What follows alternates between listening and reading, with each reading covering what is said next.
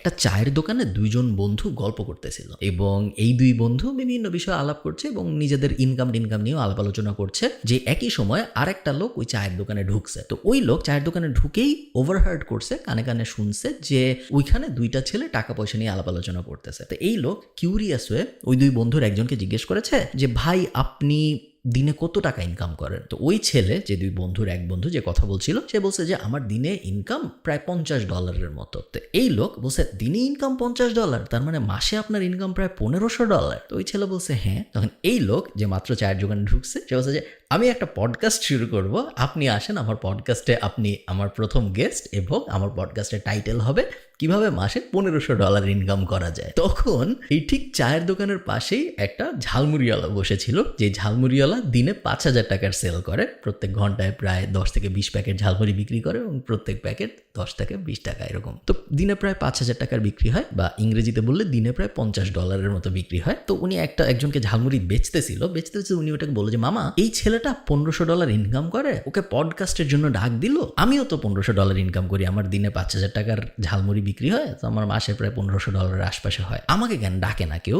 যে ঝালমুড়ি কিনতেছিল সে বলল যে আপনাকে ডাকেন না, কারণ আপনি ইনকাম করেন দিনে 5000 টাকার, আর এই ছেলে ইনকাম করে দিনে $50। দুইটা শুনতে একই মনে হয়, কিন্তু দুইটা আসলে এক না। এই গল্পটা আমি আপনাদের এই জন্য বললাম কারণ আমরা অনেকে ডলারকে ওভার ভ্যালু করি। আমি সবসময় মানুষকে বলে আসছি, যদি আপনার ইনকাম হয় মাসে $1000, সেই ক্ষেত্রে আপনার ডলারের আশা বাদ দিয়ে বাংলাদেশি টাকার দিকে যাওয়া উচিত, কারণ $1000 ইন্টারন্যাশনাল স্ট্যান্ডার্ডে কোনো টাকা না। $1000 যদি কারো ইনকাম হয়, বা আমেরিকায় $12000, $1000 মাসে, তো বছরে $12000 ইনকাম যদি কারো হয়, সে আসলে হোমলেসের পর্যায়ে পড়ে। আপনারা একটু গুগল করে দেখেন। বাংলাদেশে আমরা ওভার গ্লোরিফাই করি, বাট বাংলাদেশে আমরা জাস্ট ডলারের নেশায় বুঝি না যে $1000 আসলে টাকার অঙ্কতে অত বড় টাকা না। আমি চাই এই জিনিসটা আপনারা একটু ভাবেন। আজকের ভিডিওতে আমরা কিছু আইডিয়াস নিয়ে কথা বলবো, যে আইডিয়াসগুলো স্টুডেন্টরা ইমিডিয়েটলি ইমপ্লিমেন্ট করতে পারে টু স্টার্ট মেকিং মানি। চলুন শুরু করা যায়। 1 নম্বর লিস্টে থাকবে 3টা ট্র্যাডিশনাল টিউশনি, অথবা আপনি এখানে বসাইতে পারেন কোনো একটা কফি শপে পার্ট টাইম জব, বা এনি প্লেসে পার্ট টাইম জব। কোন জায়গায় ইম্পর্টেন্ট না, পার্ট টাইম জব। এখানে স্টুডেন্টরা ভুলটা কি করে আমি আপনাদের বুঝায় বলি। স্টুডেন্টরা ভুলটা যেটা করে সেটা হলো তারা ভাবে যে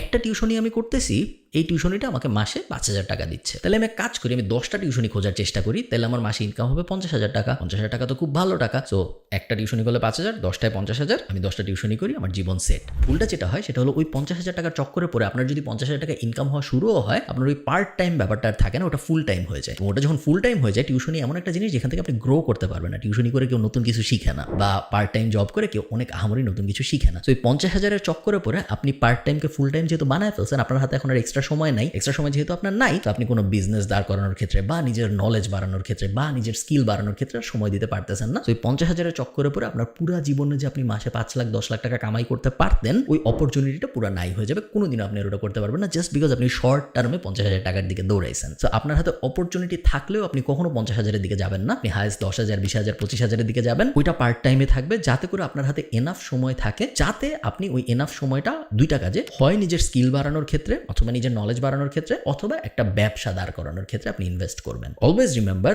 আপনার মেইন ওয়েলথ আসবে আসলে ব্যবসা বানানোর দিয়ে। আপনার মেইন ওয়েলথ কখনো আসবে না আপনার সময়কে বিক্রি করে টাকা ইনকাম করা দিয়ে। তো সময়কে আমি বিক্রি করবো টাকা ইনকাম করার জন্য, বাট বেয়ার মিনিমাম। যখন আমার মনে হবে যে আমার এনাফ টাকা হয়ে গেছে বাঁচার জন্য, তখন আমি আর আমার এক্সট্রা সময় দিব না। আমার এক্সট্রা সময়টা আমি তখন এই সাইডে দিব, যাতে করে আমার গ্রোথটা এক্সপোনেনশিয়াল হয়। Second, freelancing. Freelancing is glorified চাকরি। আপনি যদি প্যাসিভ জার্নালের স্টুডেন্ট হয়ে থাকেন, আপনি দেখবেন ফ্রিল্যান্সিং নিয়ে আমাদের একটা বিশাল কোর্স আছে, যেখানে আমরা 30 থেকে 35টা স্কিল শেখাইছি। বলে যে কোনো একটা স্কিল যদি আপনি শিখেন, আপনি ফ্রিল্যান্সার হিসেবে কাজ শুরু করতে পারবেন। ওখানে মার্কেট প্লেস নিয়েও ডিটেল ভিডিও আছে। সব স্কিল শিখবেন ফার্স্টে ওই 30টার ভিডিওর কোনো একটা দেখে, এবং তারপর মার্কেট প্লেসের ভিডিওগুলো দেখে আপনি কোনো একটা মার্কেট প্লেসে যাবেন। 2টা মার্কেট প্লেসে মেনলি যাওয়া যায়, হয় আপওয়ার্ক অথবা ফাইবার। 2টার কোনো একটা আপনি যাবেন, মার্কেট প্লেসে যেয়ে আপনি ফ্রিল্যান্সিং শুরু করবেন। বলতে অনেক সহজ, আসলে করতে একদমই এরকম সহজ ব্যাপার না, অনেক সময় লাগে। বাট যে কারণে আমি এত সিম্পলিফাই করে বলতেছি, কারণ আমি চাই না যে ফ্রিল্যান্সিংও আপনার এন্ড গোল হোক, কারণ ফ্রিল্যান্সিংও কিন্তু আসলে চাকরি। অনেক মানুষ বাংলাদেশে আমি ফ্রিল্যান্সার, আমি নিজের সময়ে কাজ করি, এরকম ঢং করার কারণে অনেকে ধরে নিছে যে ফ্রিল্যান্সিং মানে মনে হয় খুব আহামরি জিনিস। এটা আসলে এমন কোনো আহামরি জিনিস না। এটা মেইনলি একজন বসের বদলে আমার 20টা বস থাকবে, 20টা বস আমাকে 20টা প্রজেক্ট দিবে, 20টা বস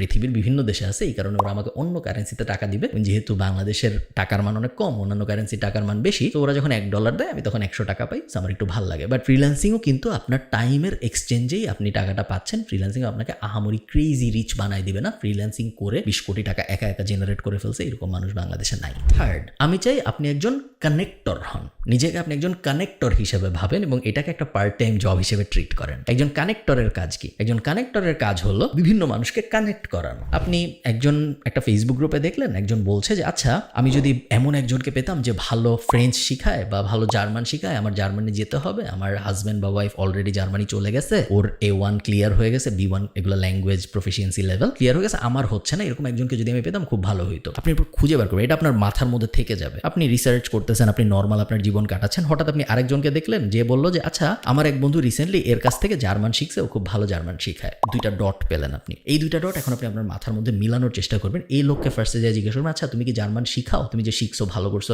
একজন নাকি তোমার কাছ থেকে শিখে জার্মানি চলে গেছে, তুমি কি এরকম জিনিসপত্র শিখাবো? অন্য কাউকে যদি আমি পাঠাই, ও যদি বলে হ্যাঁ শিখাবো, আচ্ছা তুমি যাকে পাঠাবো তার 20% আমাকে কি দিবা? বললো ওকে দিব। ওর তো এই মুহূর্তে কোনো স্টুডেন্টই ছিল না। এরপরে আপনি অন্যজনের কাছে গেলেন যে আপনার 2 মাস আগে আপনার মনে ছিল সে জার্মান শিখতে চায়। এই দুজনকে আপনি যে মিলাইলেন, ওই যে 20% আপনি পেলেন, ওটা হলো আপনার কমিশন। সো কানেক্টর, অনেকে বলবে অ্যাপয়েন্টমেন্ট সেটেলার। কানেক্টর আমার মতে খুব কুল একটা বিজনেস এবং প্রত্যেকটা স্টুডেন্টেরই এটা পার্সু করা উচিত, কারণ এটা মাল্টি ডাইমেনশনাল, এটা অনেক অ্যাঙ্গেলে হতে পারে। এটা একটা এক্সাম্পল আমি দিলাম আপনাদের। আর একটা অবভিয়াস এক্সাম্পল হতে পারে, আপনি বিভিন্ন ফেসবুক পেজকে মেসেজ দিয়ে বললেন যে তোমাদের কি মার্কেটিং এর হেল্প লাগবে? যদি বলে হ্যাঁ লাগবে, আপনি তো মার্কেটিং এর কিছু জানেন না, আপনার জানা জরুরি না, আপনি তখন ওই লাগবের ইনফরমেশনটা নিয়ে একটা এজেন্সিকে দিবেন, দিয়ে বলবেন যে তোমার মার্কেটিং এর সার্ভিস লাগবে বলেছে আমাকে, ও যদি তোমার ক্লায়েন্ট হয় তুমি আমাকে প্রথম মাসের 15% দিও বা 10% দিও। আরেকটা অ্যাঙ্গেল হয়ে গেল। এরকম মাল্টি ডাইমেনশনাল অ্যাঙ্গেল কিন্তু আপনি খুঁজে বের করতে পারেন এবং এই অ্যাঙ্গেলগুলো খুঁজে বের করে ডটগুলা কানেক্ট করার যে জবটা, ওটাকেই আমি বলতেছি একজন connectors job. It's a business. So eventually আপনি এটা গ্রো করতে পারবেন এবং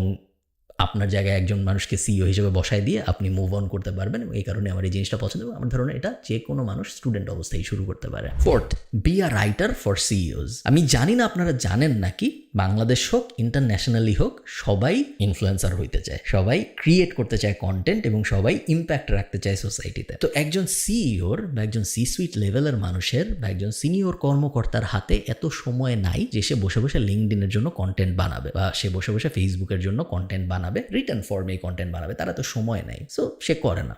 বাট সে কিন্তু চায়। এখন সোনালী ব্যাংকের যে এমডি, তার ইচ্ছা আছে, তার মনের গভীরে ইচ্ছা আছে, যে এক্সাম্পল হিসেবে বলতেছি, আপনারা ভাবেন না যে এক্স্যাক্টলি আমি সোনালী ব্যাংকের এমডির কথাই বলতেছি। তার মনের ভিতরে ইচ্ছা আছে যে লিঙ্কডইনে যদি আমার 1 লাখ ফলোয়ার থাকতো, যারা প্রত্যেক সপ্তাহে আমি আমার এই লম্বা ব্যাংকিং এক্সপিরিয়েন্স থেকে যা শিখেছি এটা আমি শেয়ার করবো, তারা অনেক দেখবে। সবাই এটা চায়, সবাই এটা লাইক করে, বাট অনেকে এটা রিয়ালাইজ করে না। অনেকে যারা রিয়ালাইজ করে তাদের হাতে তো সময় নেই যে তারা বসে বসে কন্টেন্ট লিখবে। তো আপনি কি করবেন? Be a writer for CEO's. আপনি এদের সাথে যোগাযোগ করবেন। আপনি এদের সাথে যোগাযোগ করে বলবেন যে ভাইয়া, আমি প্রত্যেক মাসে 2 দিন আসবো, একটা টেপ রেকর্ডার নিয়ে আসবো, আমি আপনাকে বিভিন্ন জিনিস জিজ্ঞেস করবো, আপনি আমাকে গল্পের মতো করে বলবেন। এরপর আমি বাসায় যাব, আপনার লিঙ্কডইনের জন্য আমি কন্টেন্ট সাজাবো, সুন্দর করে ফরম্যাট করবো, ইমেজ বসাবো, এই করবো সেই করবো, আমি পোস্ট করা শুরু করবো, আপনাকে একজন অথরিটি হিসেবে আমি দাঁড় করানো শুরু করবো। শুধু যে সি সুইট লেভেলের মানুষদের হতে হবে তা না, এই জিনিস আপনি ইয়াং স্টার্ট আপ ফাউন্ডারদের সাথেও করতে পারেন, কারণ স্টার্ট আপ ফাউন্ডারদের বেশিরভাগ সময় ফান্ডিং লাগে এবং ফান্ডিং যখন দেওয়া হয় তখন অনেকগুলো মেট্রিকের মধ্যে একটা মেট্রিক দেখা হয় যে এর ইম্প্যাক্ট কিরকম। এবং এই কারণেই স্টার্ট আপ ফাউন্ডাররা চায় তাদের লিঙ্কডইন অনেক স্ট্রং হোক, তাদের ফেসবুক অনেক স্ট্রং হোক, তাদের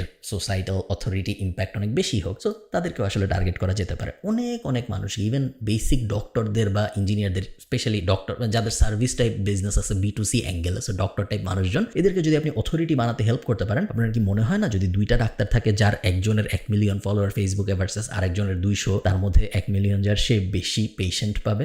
কারণ পেশেন্টদের যখন তাদের প্রবলেমটা হবে, তাদের এই ডাক্তারের নামই ফার্স্ট মাথায় আসবে। তো এই ব্যাপারটা যদি আপনি ওই ডাক্তারকে বোঝাতে পারেন, যে কোনো বেনিফিশিয়ারিকে বোঝাতে পারেন, আমি শিওর আপনারা খুব সহজেই তার জবটা পাবেন। এবং এই জবের একটা কুল ব্যাপার হলো, আপনি এটাও বলতে পারেন যে আমি 2 মাস ফ্রি করতেছি, কারণ আপনার তো ফ্রি করতে আসলে কোনো টাকা পয়সা খরচ হচ্ছে না। তো আপনি বলতে পারেন আমি 2 মাস ফ্রি করতেছি, আপনি দেখেন আপনার আসলে কোনো লাভ হয় নাকি। যদি আপনার মনে হয় যে আমি আপনার ফেসবুক পেজটা, আপনি একজন ডাক্তার, আপনার সময় নেই, কিন্তু আপনার ফেসবুক পেজটা আমি ম্যানেজ করার কারণে আপনার 2টা কাস্টমার যদি মনে হয় বেশি বাড়ছে, তাহলে 2 মাস পরে আমরা আলাপ আলোচনা করবো না যে কিরকম টাকা পয়সা আপনি আমাকে দিবেন, আপাতত কিছু দিতে হবে না। I think it's a cool business for students. এবং এটাও এমন একটা বিজনেস যেটা actual business, not like freelancing এর মতো কিছু বা টিউশনের মতো কিছু। এটাকেও আপনি গ্রো করতে পারবেন to the moon. 5 number, be an editor for creators. তো এগেইন এইটা এবং লাস্টেরটা 2টা অনেকটা কাছাকাছি। লাস্টেরটা আমরা বলেছিলাম যে কিভাবে আপনি যারা ইনফ্লুয়েন্স চায় তাদেরকে ইনফ্লুয়েন্স পেতে হেল্প করতেছেন। এটাই আমি বলতেছি যে যারা অলরেডি ইনফ্লুয়েন্সিয়াল তাদের ইনফ্লুয়েন্স বাড়ানোর ক্ষেত্রে আপনি কীভাবে হেল্প করবেন। আমাকে যদি কেউ একজন এসে বলতো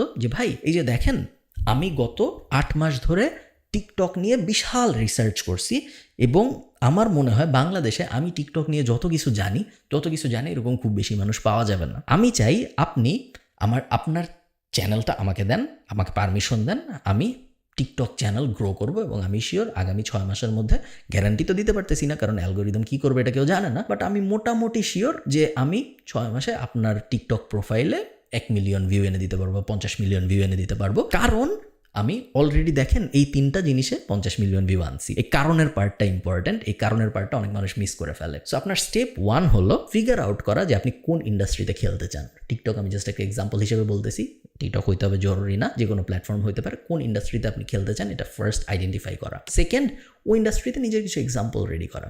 আপনি ডাইরেক্ট এসে আরেকজনকে বলতে পারেন না যে ভাই তোমার কাজ আমি এখন থেকে করব, তোমার কাজ দিয়ে আমি শিখবো যে আসলে আমি যা যা থিওরি পড়ছি তা হয় নাকি। এরকম হলে হবে না। আপনার এক্সাম্পল দেখাইতে হবে যে এই ইনস্টাগ্রাম পেজটা 0 থেকে 10 মিলিয়নে বা 2 মিলিয়নে বা 50,000 সাবস্ক্রাইবারে আমি নিয়ে আসছি গত 6 মাসের ভিতরে, এবং এই 10টা স্ট্র্যাটেজি আমি ইউজ করছি এই 50,000-এর মধ্যে আসতে। এই কারণে তোমারটা আমাকে দেওয়া উচিত, কারণ যেহেতু আমি এই 10টা স্ট্র্যাটেজি ইউজ করে এই ইনস্টাগ্রামকে 0 থেকে 50,000 ফলোয়ারে আনতে পারছি, এই কারণে এই সেম 10টা স্ট্র্যাটেজি ইউজ করে তোমার অ্যাকাউন্টকেও আমি 0 থেকে 1 লাখ ফলোয়ারে নিতে পারবো। এই ফরম্যাটটা ইম্পর্টেন্ট। সেই ফরম্যাটটা ফিগার আউট করে আপনি যদি কাজ করা শুরু করেন, again this can be a very cool business for students.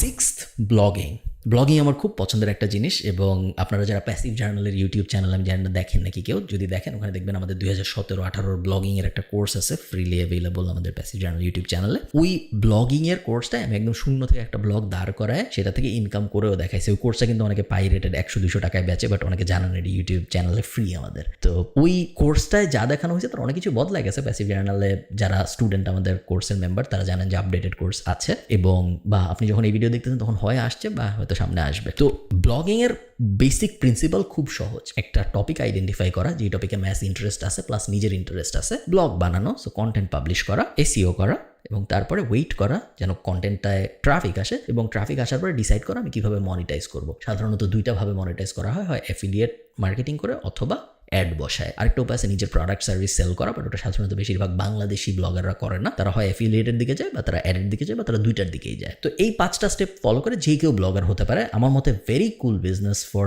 Any students to pursue. Even if you fail, যদি আপনি ফেইলও করেন তারপরেও একটা ব্লগ শুরু থেকে বানানোর এই জার্নিতে আপনি যা যা শিখবেন তা হার্ডলি আপনি অন্য কোনো কিছু একদম 0 থেকে দাঁড় করাতে যে শিখবেন। সেই কারণে আমার মনে হয় সবারই নিজের জীবনে কোনো পর্যায়ে একটা ব্লগ বানানোর চেষ্টা করে দেখা উচিত যে সে আসলে পারে নাকি। লাস্ট আমাদের লিস্টে হলো স্টার্টিং আ ন্যাশনাল ড্রপশিপিং বিজনেস। ড্রপশিপিং এর কনসেপ্টের সাথে আপনারা যারা পরিচিত না, ড্রপশিপিং মানে হলো একজন মানুষ একটা প্রোডাক্ট বা সার্ভিস বেচে, আমার কাছে ওই প্রোডাক্ট বা সার্ভিসটা নাই, বাট আমি ওটা আবার বিক্রি করি, এবং যখন আমার কাছে কোনো একটা অর্ডার আসে আমি ওর কাছ থেকে একটা অর্ডার দিয়ে পাঠিয়ে দিই। সো মনে করেন আমি ঠিক করলাম আমি আজকের থেকে ক্যাননের ক্যামেরা বেচবো, তো আমার বাসায় তো ক্যাননের ক্যামেরা নাই এক্সট্রা বেচার জন্য। আমি একটা ফেসবুক পেজ খুললাম, আমি ক্যাননের ছবি আপলোড করলাম, ছবি তো গুগল করলেই পাওয়া যায়। আমি মার্কেটিং করা শুরু করলাম, প্যাসিভ জার্নালের ইউটিউব চ্যানেলে মার্কেটিং নিয়ে একটা ফ্রি কোর্স আছে, ওটা দেখে আমি মার্কেটিং করা শুরু করলাম। এখন আমার কাছে একটা ক্যাননের অর্ডার আসছে, এখন আমি কি করব?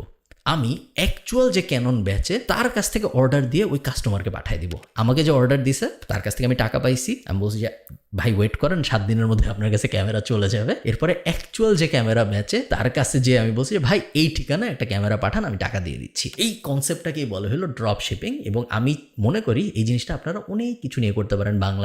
বাংলাদেশি অনেক টি শার্ট কোম্পানি আছে যাদের easily T shirt drop ship করা সম্ভব। বাংলাদেশে অনেক মধুর কোম্পানি আছে, শাড়ির কোম্পানি আছে, বইয়ের কোম্পানি আছে, কোম্পানির কোনো অভাব নেই, যাদের সবার উপরে আপনি একটা ড্রপ শিপিং লেয়ার বসাইতে পারেন। আপনার ওই প্রোডাক্ট ধরতে হবে না কোনোদিন, আপনার ওই সার্ভিস ধরতে হবে না কোনোদিন, বাট খুব কুল এবং ইজি উপায়, একদম সহজ ডাল ভাত পদ্ধতিতে আপনি ওই বিজনেসের উপরে একটা ড্রপশিপ লেয়ার বসায় ওই বিজনেসেরও লাভ, কারণ ওদের কাস্টমার বাড়তেছে, ওদের অর্ডার বাড়তেছে, এবং আপনারও লাভ, কারণ আপনার এমন কোনো আহামরি কষ্ট করতে হচ্ছে না এরকম একটা বিজনেস দাঁড় করাইতে, কারণ আপনি আসলে মার্কেটিং ছাড়া এবং বেসিক লেআউট বিল্ডিং ছাড়া তেমন কিছু করতেছেন না। না আপনি ডেলিভারি দিচ্ছেন, না আপনি প্রোডাক্ট স্টক করতেছেন, সো আপ ফ্রন্ট খরচ হচ্ছে না আপনার খুব বেশি, আপনি জাস্ট মার্কেটিং করতেছেন, আপনি জাস্ট একটা বেসিক স্টোর ফ্রন্ট বানাইছেন। সো আমি চাই আপনার এই ব্যাপারটা নিয়ে একটু এক্সপ্লোর করেন। আমার ধারণা বেশিরভাগ স্টুডেন্ট, একটু যারা বড় স্টুডেন্টস, যারা ইউনিভার্সিটিতে পড়তেছেন অলরেডি এবং আমার ভিডিও দেখেন, তাদের জন্য আমার মতে national drop shipping up front store type একটা সলিউশন বানানো এবং তারপর বিভিন্ন প্রোডাক্ট বা সার্ভিস ট্রাই করা বাংলাদেশের মার্কেটের জন্য বেশ মজার একটা অভিজ্ঞতা হতে পারে। এই তো এগুলো আমার মতে খুব ইন্টারেস্টিং কিছু উপায় স্টুডেন্টদের টাকা আয় করার জন্য। আবারও আমি মেইন ফিলোসফিটা বলে রাখি আপনাদের, অবশ্যই এন্ড গোল হইল বিজনেস দাঁড় করানো। এন্ড গোল এইটা না যে ইমিডিয়েটলি আমি কত বেশি টাকা আয় করতে পারি।